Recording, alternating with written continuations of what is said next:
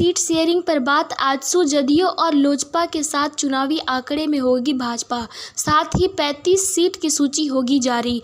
नमस्कार, सुबह सवेरा news channel में आप सभी का स्वागत है। सुबह सवेरा न्यूज़ चैनल पर आप सब नए हैं तो लाइक को सब्सक्राइब करना नहीं भूलें। समाचार विस्तार से। झारखंड में भाजपा की चुनाव की घोषणा कभी भी हो सकती है। चुनाव कराने को चुनाव आयोग पूरी तरह से तैयार है, लेकिन इससे पहले अब झारखंड में सीट शेयरिंग को लेकर एनडीए में चल रही खींचतान खत्म हो गई है। एनडीए गठबंधन में एक साथ जदयू, आजसू और लोजपा रामविलास दिखेंगे। सभी दल के सीट भी करीब करीब फाइनल हो गए हैं। दिल्ली में कई राउंड की बैठक में अमित शाह ने सभी के साथ तालमेल बना लिया है। विजयादशमी के बाद सीट शेयरिंग की आधिकारिक घोषणा भी कर दी जाएगी। जिस फॉर्मूले के साथ भाजपा चुनावी आंकड़े में कूदने को तैयार है, इससे बड़ा फायदा भी विधानसभा चुनाव में एनडीए को हो सकता है। राज्य में एससी वोटरों को साधने के लिए चिराग पासवान को साथ रखा है।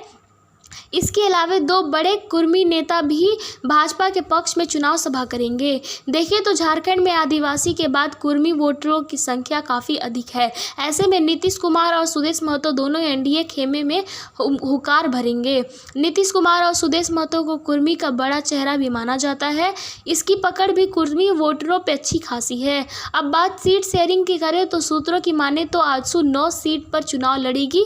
इसके अलावा जदयू 2 और लोजपा रामविलास के खाते में 1 सीट जाने वाली है। इस पर भाजपा केंद्रीय नेतृत्व के साथ हुई बैठक में तय हुआ है। अब इसकी घोषणा भी विजयादशमी के बाद कर दी जाएगी। साथ ही सूत्रों के मुताबिक झारखंड में विधानसभा चुनाव लड़ने वाले प्रत्याशियों की सूची भी भाजपा केंद्रीय नेतृत्व जारी कर सकता है।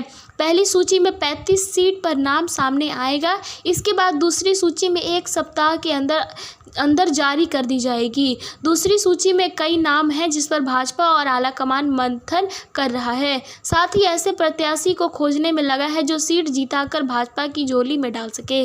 किसी भी कीमत पर इस बात के चुनाव में कमजोर प्रत्याशी को मौका नहीं देने के मूड में है। हाल के दिनों में रांची में हुई चुनाव समिति की बैठक में ही सभी बिंदुओं पर चर्चा की गई है। साथ ही सभी दावेदारों के प्रोफाइल को खंगाला गया है। इसके अलावा जमीनी हकीकत को भी टटोला गया है कि नेताजी के पकड़ जमीन पर कितनी है।